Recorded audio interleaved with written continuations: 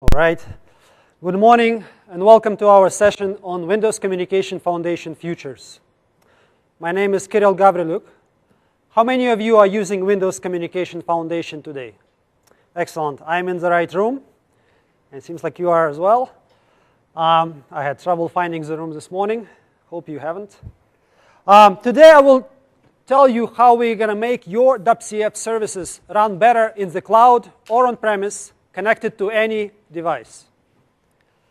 Before we jump into the future, it would be great to walk through several examples of usages of WCF in production today.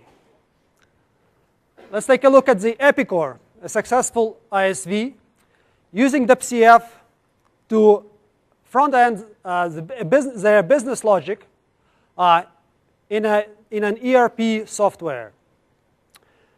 They're deploying more than 1,000 WCF services today.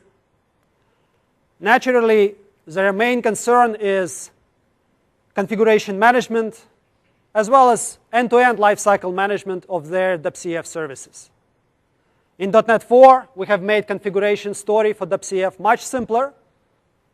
However, still, if you have a large-scale deployment, we do hear from customers' desire to make the end-to-end lifecycle better. Second example, Fidelity Investments is in banking and trading business, using WCF today within their enterprise for integration with Java, with their Java stack platform, as well as integrating between the web tier and application tier.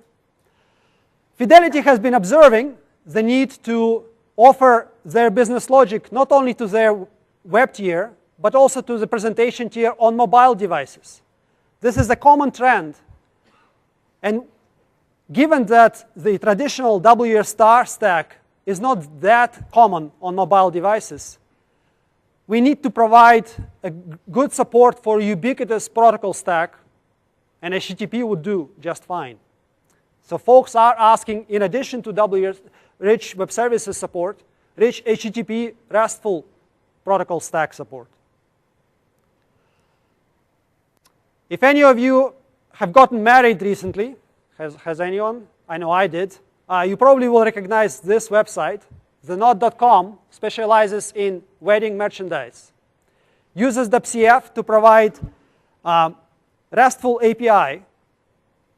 So they are already using WCF support for HTTP REST that we provided in .NET 4. Just like many other e-commerce websites, TheKnot.com recognizes that the client is not just the browser. The client is also mobile and tablet devices. And when you go to mobile and tablet devices, browser is not always enough. You need to provide rich UI experience and leverage native capabilities of the platform. As such, we need to provide support for services that can talk to any mobile platform using the most ubiquitous, well-adopted protocol stack, like HTTP. Finally, another ISV, Cactus Software, is providing application in the healthcare vertical, utilizing what is typical for healthcare applications, utilizing a lot of data entry forms. They found the need to provide for a very simple end-to-end developer experience for an application that has data entry form, a service with a business logic, and a data store. With Visual Studio 2010, we provided WCF RIA services. How many of you are familiar with WCF RIA? Some of you. I will go a little bit into details later in the talk. WCF RIA services provides an end-to-end development experience for a common application pattern where you have Silverlight client, business logic with a service, and a data store. Cactus Software is using WCF RIA services. However, also observing that they need to extend, I'm not going to comment on their future plans. However, many of companies like Cactus Software eventually will need to go beyond just Silverlight into when they target mobile clients or tablet devices where Silverlight may not be available. As such, we need to broaden the reach to other client platforms for everything that we are doing. From these examples and other conversations that we have been having with some of you as well as other customers, 4 themes do stand out for WCF future. Number 1 is simplicity. Of course, we have our sins of the past where WCF configuration wasn't the most simple thing to use. We have improved significantly in .NET 4, in my opinion. You'll tell me if it's not the case. Going forward, we will continue addressing the existing pain points around usability of the stack. However, also we'll take the platform forward and optimize for common scenarios to make it simpler developing common scenarios. As applications are moving to the cloud, it is clear that we need an enterprise-ready hosting and management infrastructure that is available on both cloud and on-premise. Because let's face it, majority of the applications will be spread across cloud and on-premise. They will use hybrid deployments, where part of the applications are running in the cloud, part of the applications will be running on-premise. We need to provide a good platform that supports these hybrid deployments. As you have seen from a number of examples, HTTP REST is an important protocol stack to support for building services on .NET Framework. And WCF is taking HTTP REST seriously. We have shipped a credible HTTP support in .NET 4 and going to continue improving it, and I will show you the key highlights. Finally, no service platform is credible unless there are clients that can talk to it. And so we are investing in end-to-end developer experience to target key client platforms like Silverlight, like Phone, and others. Let's dive into simplicity and start with a very simple demo.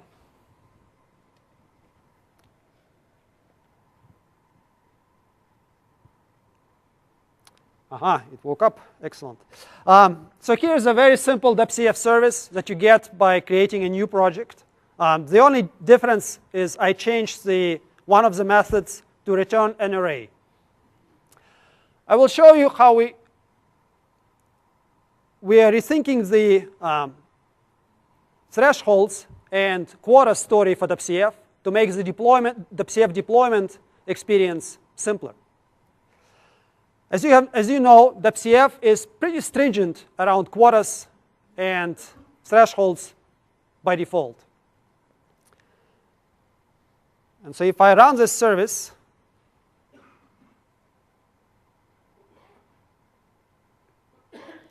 and try to poke at it using the test client,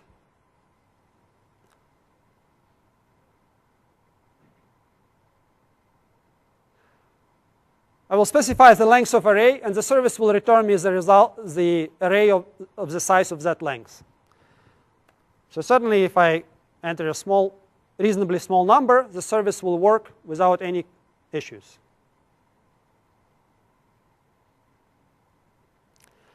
Now, for those of you who has experienced the power of WCF quotas, here's the quiz. What happens if I enter 20,000 with default configuration of WCF in .NET 4? It'll probably fail. And the reason is WCF, by default, has very small quotas, and a number of them. What we recognize is that we are providing the duplicate security guarantees for many common scenarios. We're providing the max request message size, and then we're also providing the limit on the size of the array. And so you have this in the pipeline, you have these multiple redundant security measures, which is good. However, in some cases could be avoided with a bit of smarter defaults in the system. So what we did, what we are doing in the next version of WebCF is we're making WebCF default smarter, so that while the system remains secure by default, you're not introducing redundant security measures that just result in annoyance and a desire to open up all the quotas, regardless of whether you need them or not. So on this build of WebCF on this machine, if I request a larger array length with the default configuration, I'm going to get a successful result. Now let's take a look at the configuration file. It's pretty simple. This is where we got with .NET 4 release. The WebCF configuration file remains to be small and could be reduced down to 0 if you don't need metadata. Sometimes you do need to configure your service. While we're making we're making WebCF to reduce the size of config for most of the deployment scenarios, sometimes you will still need to alter configuration. Let's imagine I want to change my protocol from text XML to binary. I want to change my encoding. We're helping you here as well. We're adding, I should step back. One part of the angst with WebCF configuration that we heard is that it's XML, and editing XML in Visual Studio is a fairly primitive experience, at least when it comes to config XML.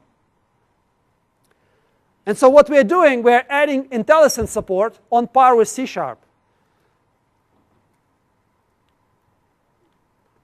So I can add, for example, if I add endpoint, and I want to specify a contract, you used to have to go and chase down the name of your contract in order to create the right config. You don't need to do that anymore. We're providing you IntelliSense synced with your Visual Studio project. So you'll find your contracts, contract types,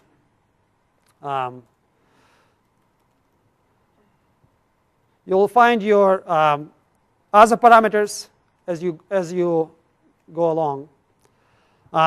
So if I want to enable binary, I probably need custom binding, since nothing else tells me binary. So I have my service with my endpoint configured. Let me add my custom binding. Oh, I need to also see, it tells me that I need to provide a service name. The name attribute is missing. And as you remember, the name attribute has to match with the service name, and who knows where do I need to find that name? Well, thankfully, not anymore. The IntelliSense will tell me exactly where to find it. And I need to add my binding.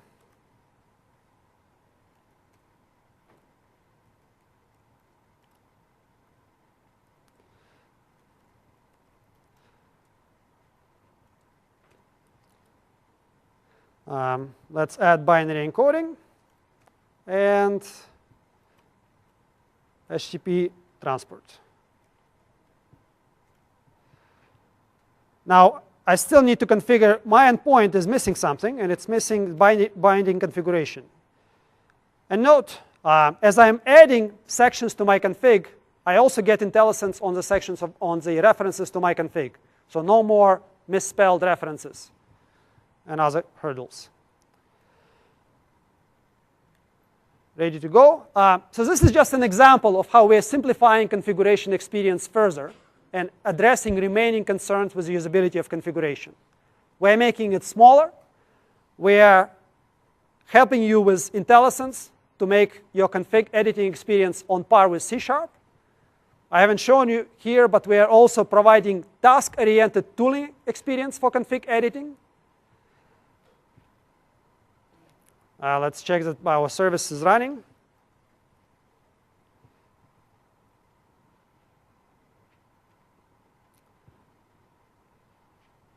The service is still running. And finally, we are making config debuggable. So while we introduce these smart defaults in the system, sometimes you still want to know exactly what settings your configuration has, which you can get by looking in our test client on the config file tab and gets the entire configuration tree for the WCF service as it is configured at runtime.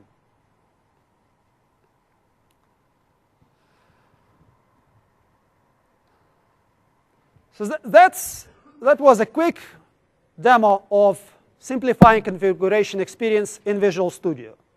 Now, simplicity doesn't stop with Visual Studio. We're approaching simplicity in a more holistic manner than perhaps in the past, and we're extending it to the entire end-to-end life cycle of your service. Imagine that once you deploy your WCF service,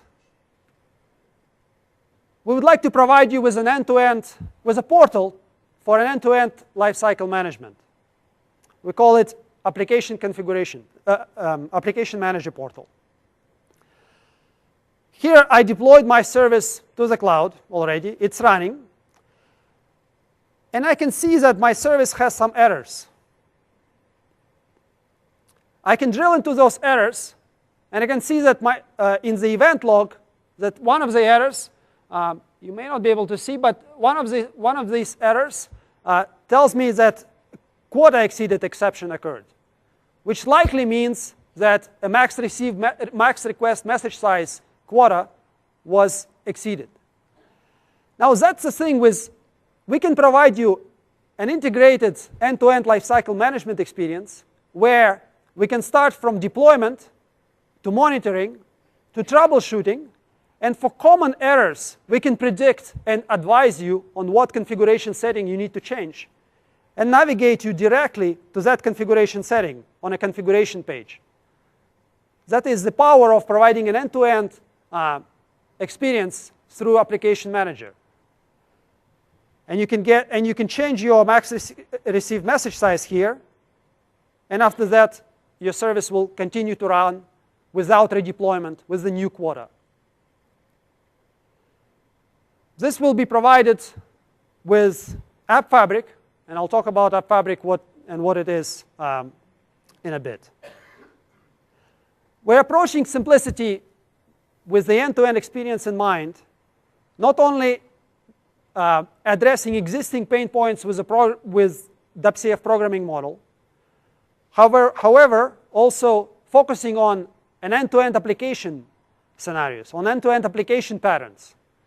With WCF RIA, I will show you how we're addressing it for a common typical line of business application scenario. We're providing similar application patterns for building RESTful services, for exposing all data feeds from data store, for building services listening on a queue, picking these common application patterns, common services patterns, and making developer experience simple around them. We also care about common developer practices and development patterns. For example, with C# advancements around async programming model announced at PDC, and corresponding improvements in the async programming model for WCF, we're making building async services much, much easier. You don't need to deal with async result anymore. We'll take care of it for you. Similarly, we are investing in making WCF more usable with inversion of control pattern, common in test-driven development. Finally, simplicity does not stop with Visual Studio, and we're making the end-to-end lifecycle management experience simpler. Now, we've shown you the bits and pieces of what we're doing around simplicity of WCF. What do we do for the cloud? As applications are moving to the cloud, we need to provide a credible middleware platform for running your services and providing the enterprise-ready middleware functionality to your services. We're introducing App Fabric, the new middleware platform. There will be a number of sessions about App Fabric, and you may have heard about App Fabric before. App Fabric consists of 3 things running in the cloud. It's a Fabric container, a hosting environment, a Fabric application manager, providing you that portal that you just shown an ability to deploy, monitor, troubleshoot, and manage your application. And Fabric services, a number of middleware functionality exposed to you as a service. A Fabric container provides you with elastic scale, with resiliency. It's a new host for your WCF services. In the cloud, we will be able to run your services at a much higher density and be able to pass the operation savings to you. As you have seen with the Fabric Application Manager portal that I showed you in the previous demo, we provide you an end-to-end experience for deploying your application, monitoring it, and troubleshooting. You can manage your application as one entity, even if it consists of 1,000 services like Epicor. You can deploy it and manage it and monitor as one entity, honoring the composition semantics between your services. With Fabric services, we provide you an enterprise-ready middleware functionality. With caching, we provide you in-memory resident distributed cache for your services. With Service Bus, we provide you connectivity across network boundaries. How many of you have heard about Service Bus? Excellent. It's fascinating technology. Probably is my most favorite feature about WCF ecosystem. Is it allows you to connect your services running anywhere. Your application may be deployed parts of your application may be deployed in the cloud, parts of your application may be deployed on-premise, and you can connect your services using Service Bus transparently without worrying about network boundaries. With Service Bus, we will also provide you asynchronous messaging capabilities, like queues, topics for eventing.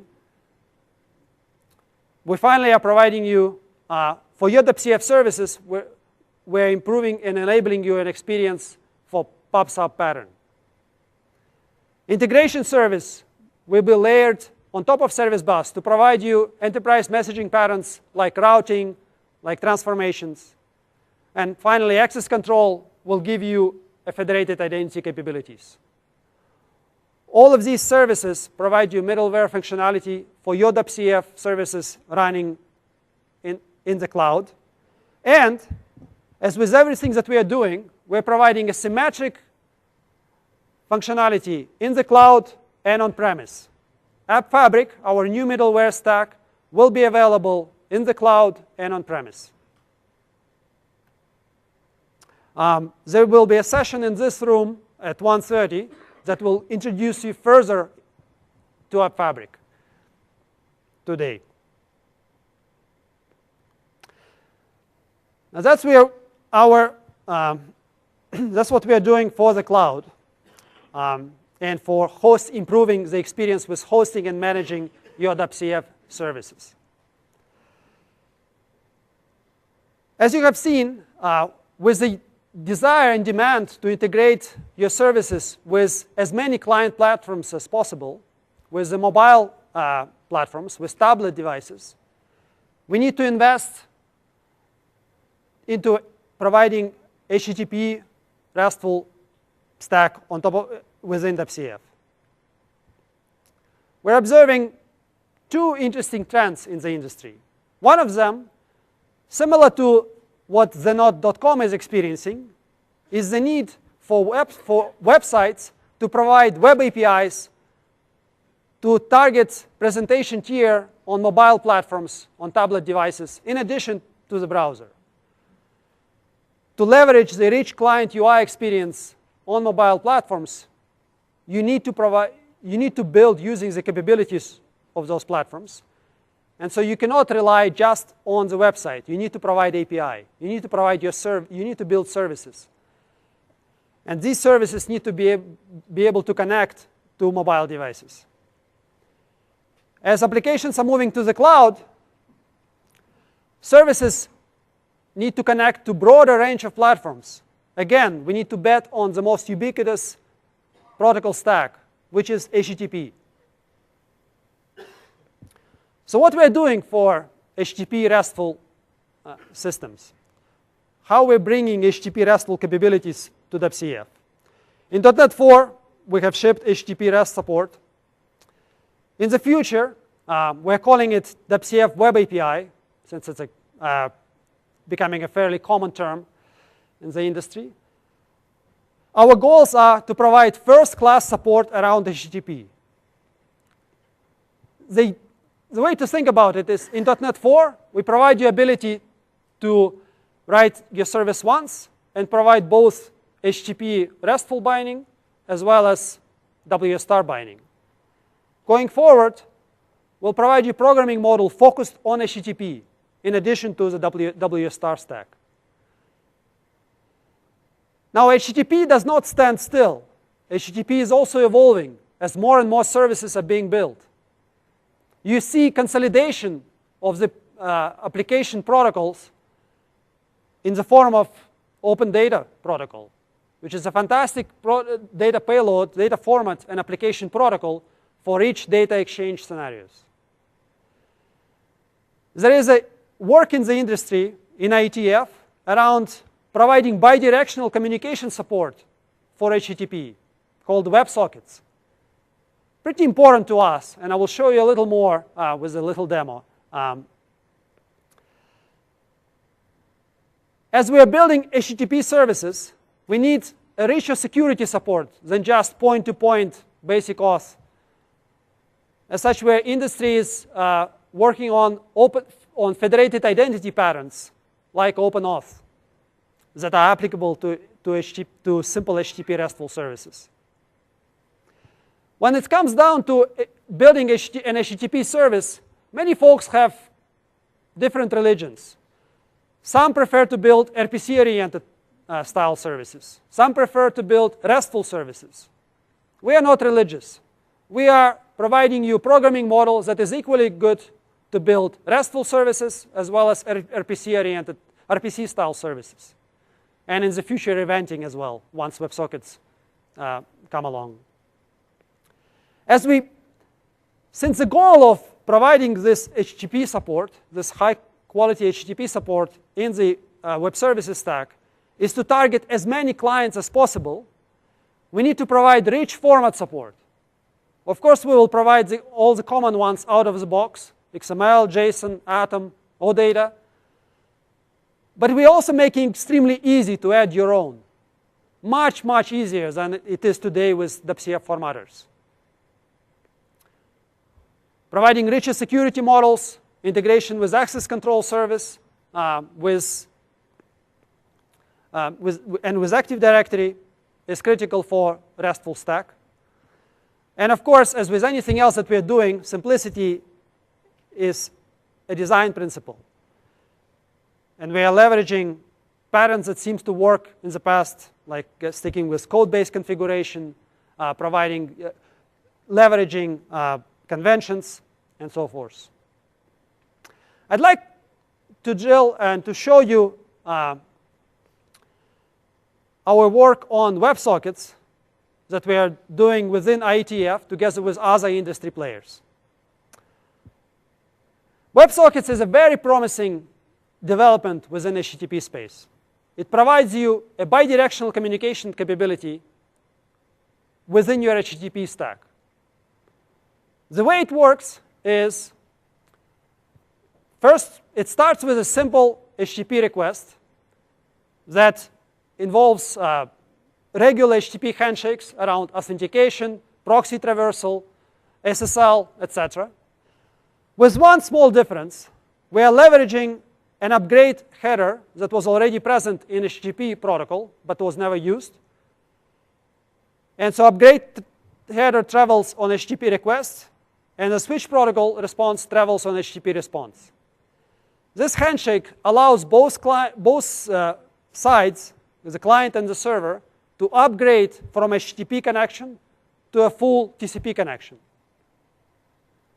What it allows us to do is to leverage the reach of HTTP, leverage ability to traverse proxies, to perform authentication handshakes, And once we get to a full TCP connection, upgrade to full TCP connection to be able to send messages and implement any message exchange patterns. What it allows us to do is, for example, sending asynchronously notifications into the browser. Because there are a number of industry players that are working on WebSockets, you have seen Google, Apple, and other browser vendors providing early implementations of WebSockets in the browsers, while the protocol is still in the works in IETF. We expect once and if WebSockets standardizes, there will be broad adoption across the industry for this protocol. And you will be able to get WebSocket support natively in the browser platform and start sending asynchronous notifications to the browser. Moreover, you will be able to leverage reach of HTTP across network boundaries and connect your services by leveraging simple HTTP connection. Let me show you a quick demo.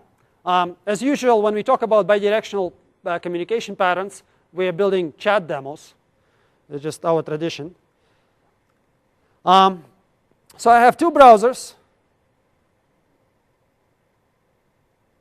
One of them you will recognize. You can participate with me in this demo. If you have your laptop, you can join Tiny. The URL is tinyurl.com/wcf WebSockets. This is our interoperability lab in support of WebSocket standardization within IETF.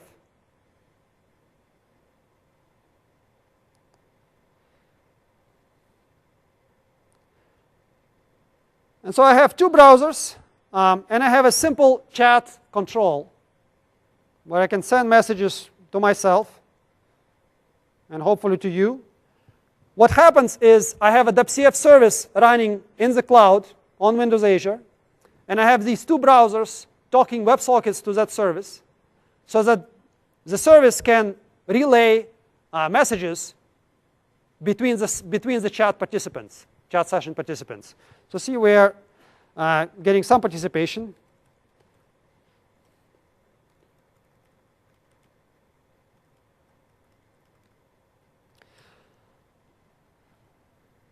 It's a very promising technology where we can get much higher throughput, much higher scalability in comparison with standard polling techniques. We can avoid browsers constantly poll for the results. We can avoid wasting battery life on the mobile and tablet devices and yet get very low latency in communication with your service.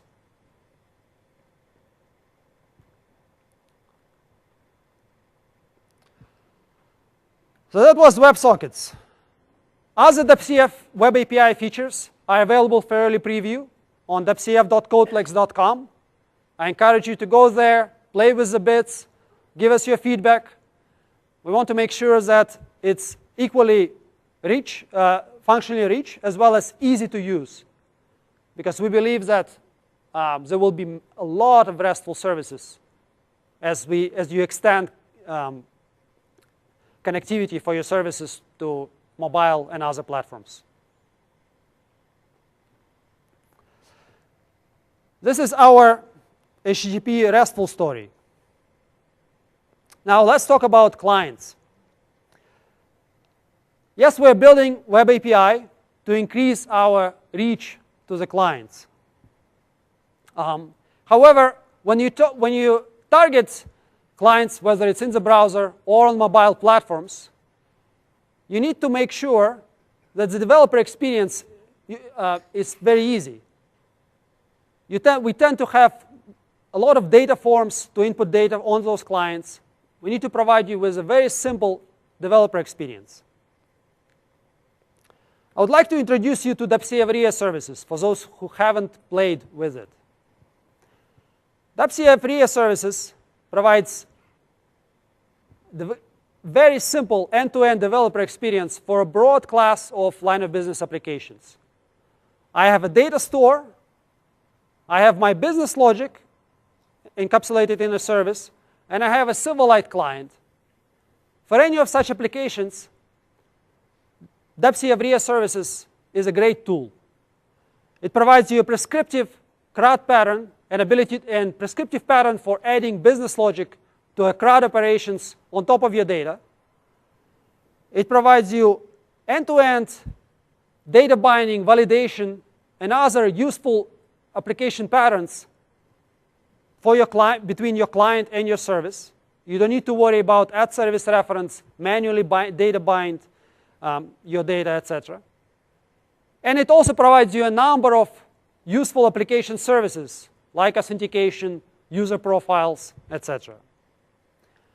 Depth CF has been released with Visual Studio 2010 Service Pack 1 and was also available as a separate download since last year. Today it's available for Silverlight clients. Tomorrow we're making it available for jQuery and other platforms. And in order to give you a better idea of developer experience you get, let me show you a quick demo. This is a demo of Depth CF services in Visual Studio 2010. So I start with a new project, Silverlight Business Application. This template is available with Visual Studio 2010 SP1. Once I invoke this template, I get a ready application. It's ready to run. It has a web tier, and it has a Silverlight object. And it already does something. I haven't started coding, but my app already has some useful features. It has Silverlight navigation. It's a Silverlight application, and so for Silverlight controls, it's useful to provide navigation support. It provides you basic login experience. It provides you basic validation experience on your data entry forms. Now let's add some more meat to our application.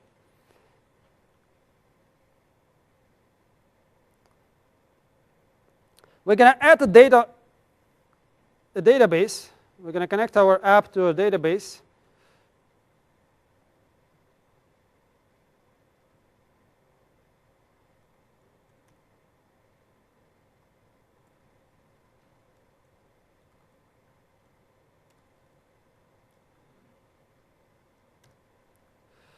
And we're going to add a data model for this data store.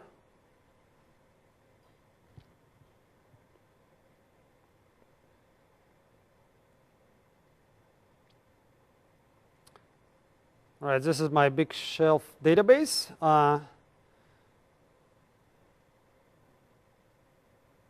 We'll cruise through the wizard.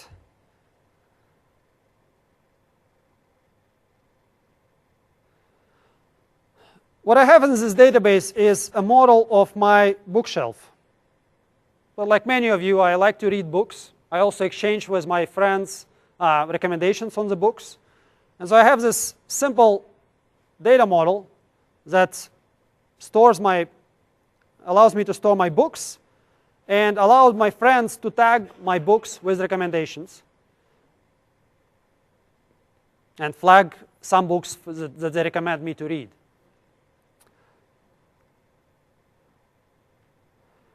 So I have my data source now. Now let me add my service.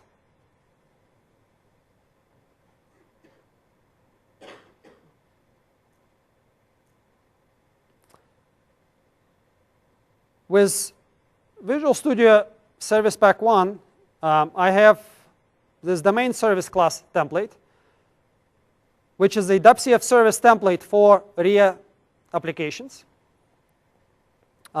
It comes up with a wizard. I can select the entities that I would like to expose through my service.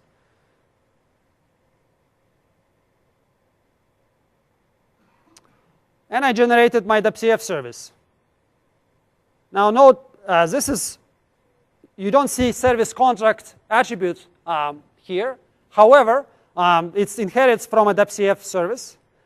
And it provides you a number of methods following a CRUD pattern. So it's a number of get, create, delete methods for your data model, where I can add my business logic into these methods.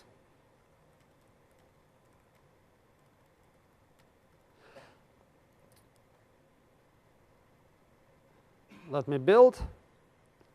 And I have a running DepCF service. What I can do next is let me consume the service from my Silverlight client. Again, so far I haven't coded anything. I just added the service with few clicks and already have a working service running.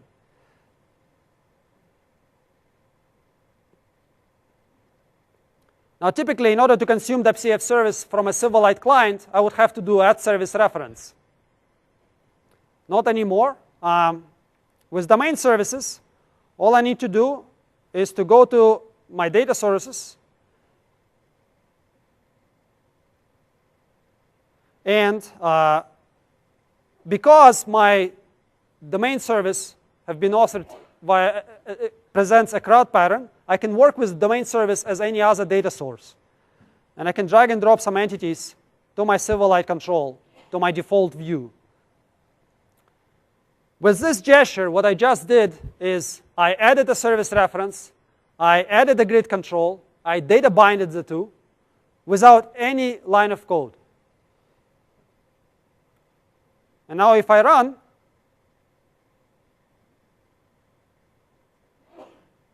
and one of my applications starts, I should have a data grid already populated with data. So with few clicks, we built an application, a simple one, but an application that consists of a data source, a DepCF service running in the web in IIS, and a Silverlight client consuming that DepCF service and data binding it to a grid control. This type of experience is what we mean when we talk about elevating certain common application patterns and providing you a streamlined developer experience for those patterns. Now, this is available today with Visual Studio 2010 SP1, and will save you quite a few hours if you need to build these type of applications. Going forward, we're going to provide a similar experience to other client platforms. Because let's face it, Silverlight is a fantastic, rich client platform. However, may not be available on every device that you need to target. So we need to provide you support for, we want to provide you a similar developer experience to other client platforms. In this solution, you have the same application, same big shelf application that models my bookshelf, same data model, nothing changed there, still have my books. However, no Silverlight client, and instead we have a bunch of generated JavaScript. Again, we provide you a similar experience, developer experience, to build a similar application, however, targeting jQuery, which is now is de facto standard for writing JavaScript code.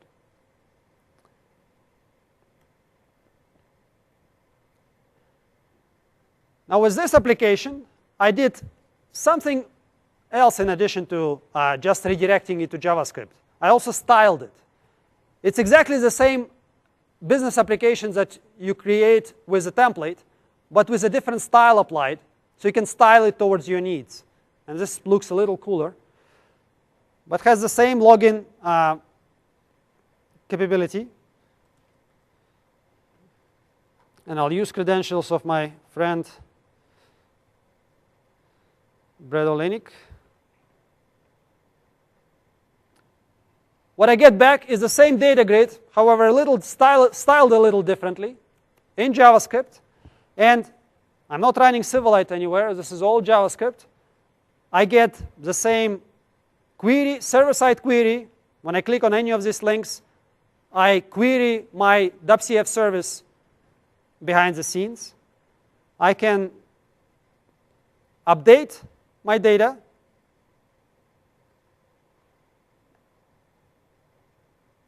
And this directly, by clicking these things, I directly update my data records in the database by invoking the corresponding update methods in the WCF service. I can do something more than that. I can edit my profile, and here, while editing my profile, I provide you an explicit update experience where I can change my name,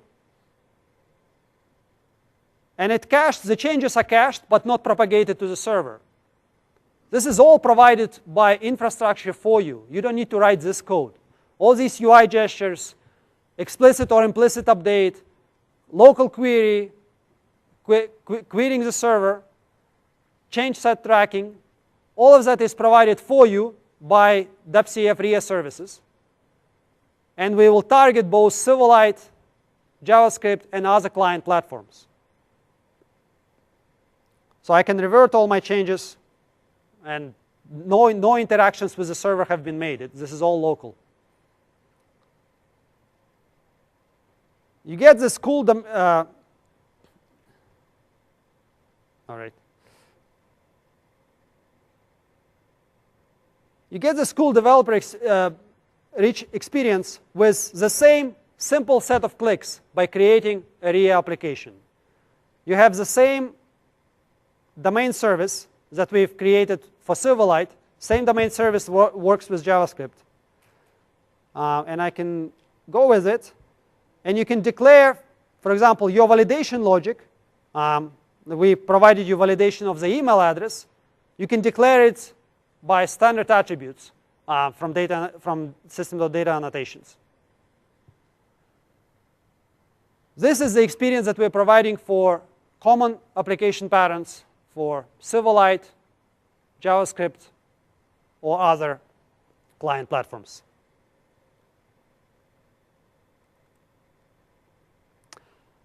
One important thing to note is the WCF RIA services does not only target multiple client platforms, or will not only target multiple client platforms.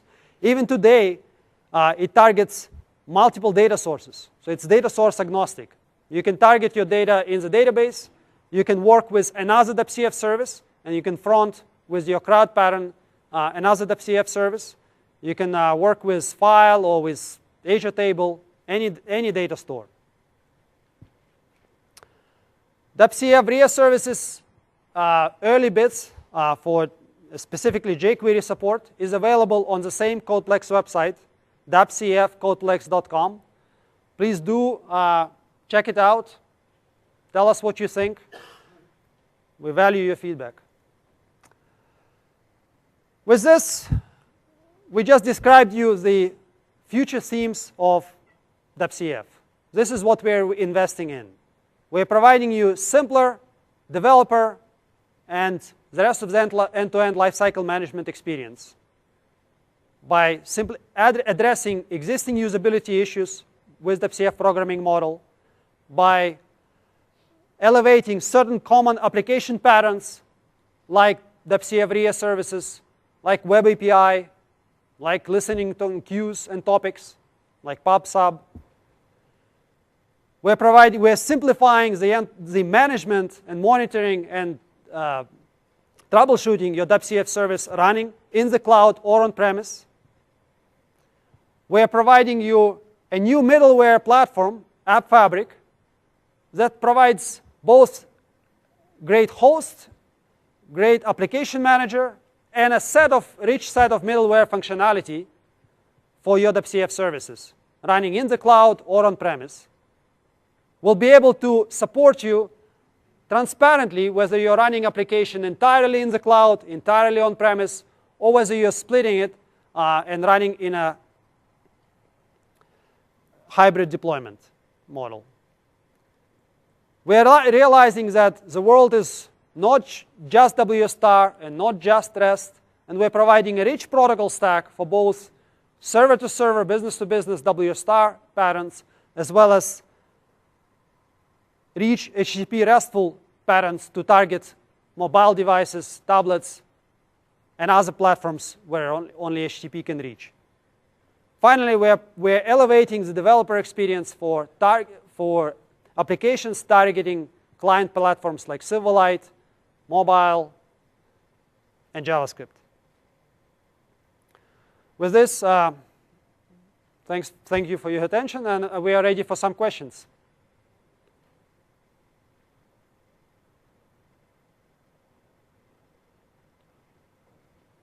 Any questions on the WCF futures? Yes, please. Are there any good examples of using the RIA services with jQuery on the code types? Yes, there are samples. The question is, are there any good examples of usage of WCF RIA services with jQuery? There are samples on the Codeplex website for using WCF RIA with jQuery, and both code and samples are available there.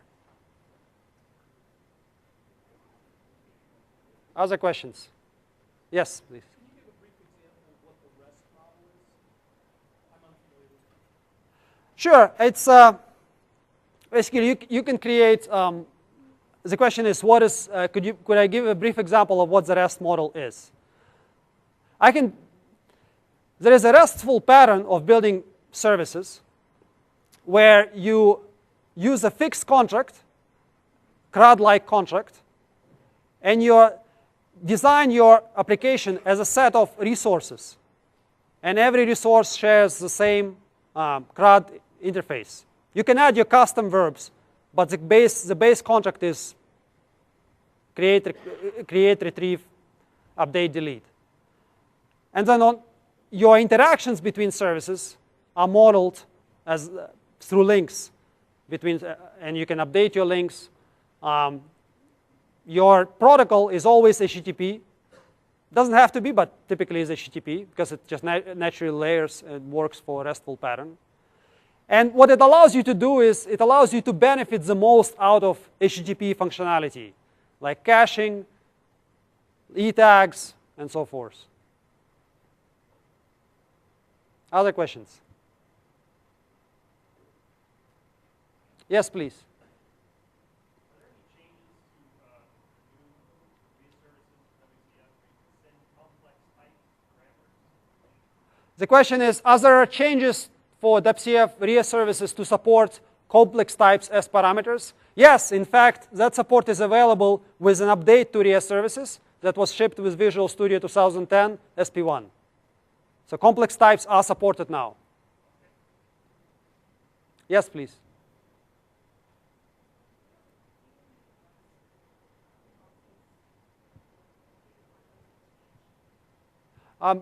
Would you mind to use the microphone? I apologize.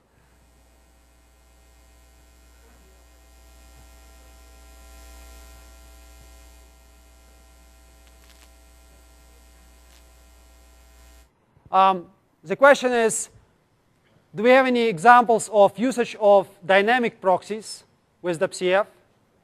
Is that the question? Yes. Yeah. So you can build dynamic proxies today with WCF. It's a little hard. We have samples for it. Basically, what you do, let me kind of introduce what dynamic proxies concept is. Today, with WCF, you do a service reference, and you generate your static proxy. You can, of course, change the address dynamically. That's simple. But changing a binding or a contract, that's a little harder. There is a simple way of, there is a reasonably simple way of auto-configuring your bindings. It's a very common in a discovery in kind of these dynamic patterns where you discover your services, you query for metadata, you apply your binding, you apply your protocol stack, but you still have your contract fixed. Finally, some folks would like even contract to be dynamic and then work with proxies through reflection. We have a sample of that. We haven't quite gotten it into product yet. Other questions? Yes, please. When is VNext coming out? Don't know yet. But we certainly will keep you informed and updated on any investments that we are making, because we believe that the more we share, the more feedback we get and the better outcome will be. Other questions? Yes?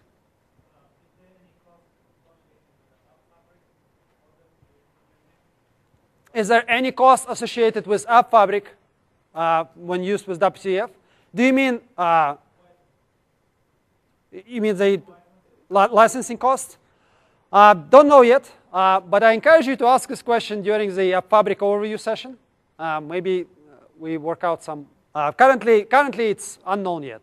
We're still in the beta mode. We're just coming out. We're going to announce our CTP later today, and we'll see how far we get. Yes, please. On WCF throttling. So we have done a number of improvements in making throttles more realistic to common deployments as part of WCF 4. For example, in the past, WCF throttles were fixed numbers. In .NET 4, we make the defaults a little smarter by keying off the number of processors, etc.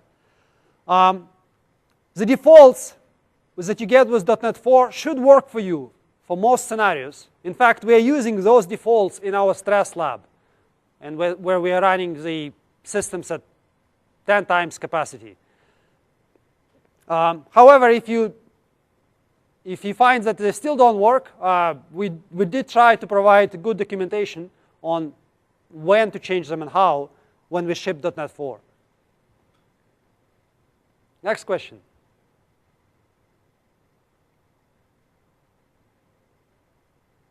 Has there been anything in the WCF VNext that I discussed?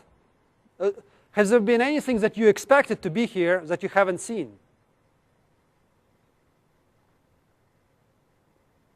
This is my chance to get early validation of our plans. Would you like to see anything else in VNext?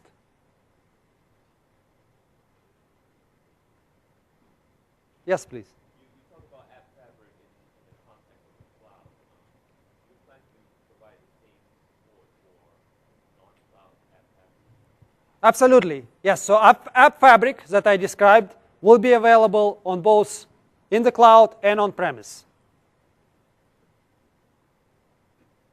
Yes?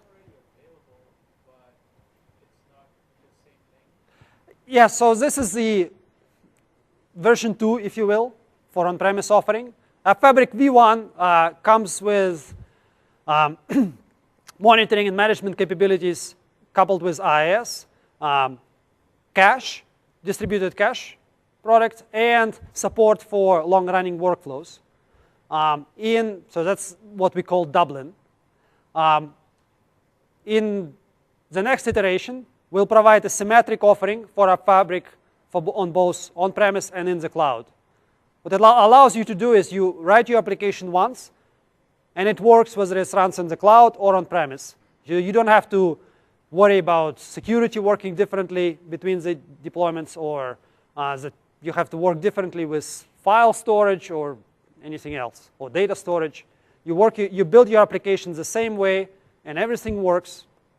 And we'll provide you tooling that enforces that you're only using portable APIs that are available in the cloud and on-premise. Yes, please.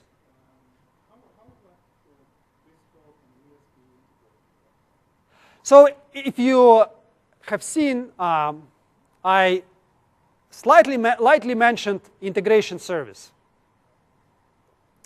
You can think of it as providing similar capability. Between Service Bus and integration service, we will provide equivalent capabilities to the current BizTalk offering.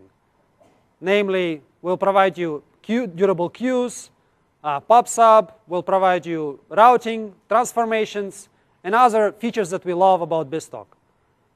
But they'll be available to you as part of application servers. So it's going to be integrated the App Fabric will be effectively an integrated app service stack, as opposed to kind of diverse offerings, BizTalk here and IIS here.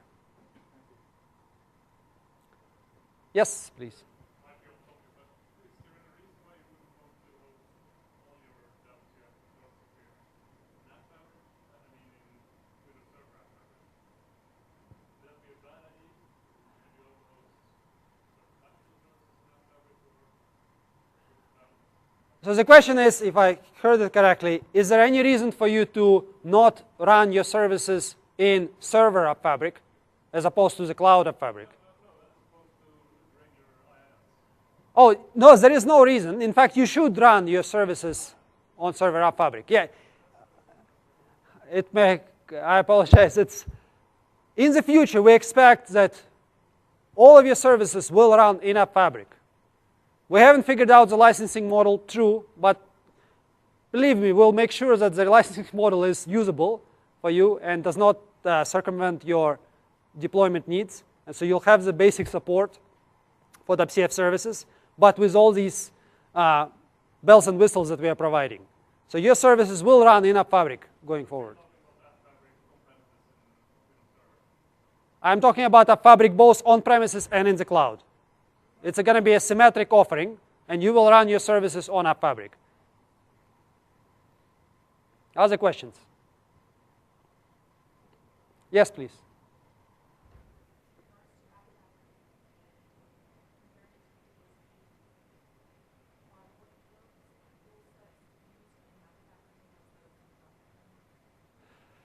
The question is, within App Fabric, are rules and workflows the same as available today in .NET Framework? Yes, it is the same. The programming model is the same. We're just providing you a better middleware platform. But the API is the same WCF, the same workflow, same rule stack. Everything is the same, just a better server. Absolutely, yeah. You can run your existing applications. Because we're aspiring to provide you a symmetric offering between the on-premise and the cloud, you may have to change things like security model. If you're using Windows authentication, that probably won't work in the cloud unless you provide a VPN, unless you configure a VPN. However, your business logic you'll be using the same API.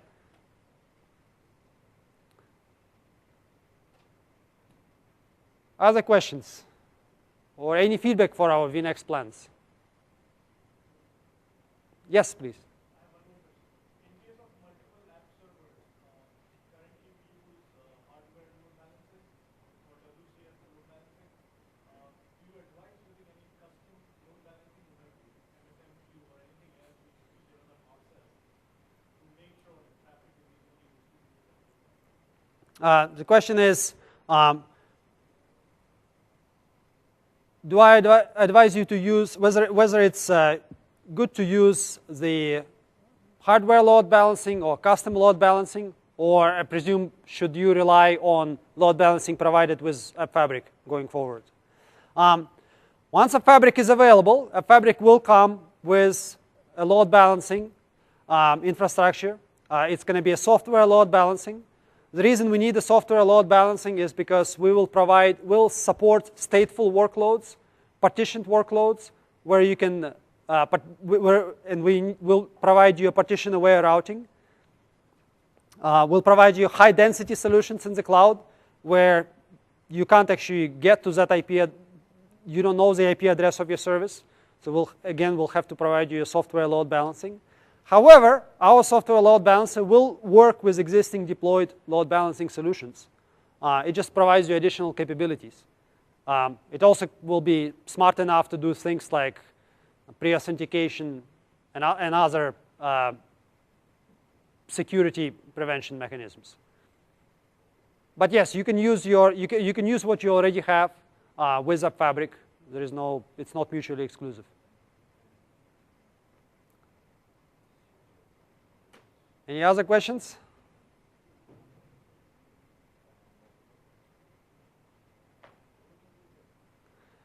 Well, thank you so much for your time.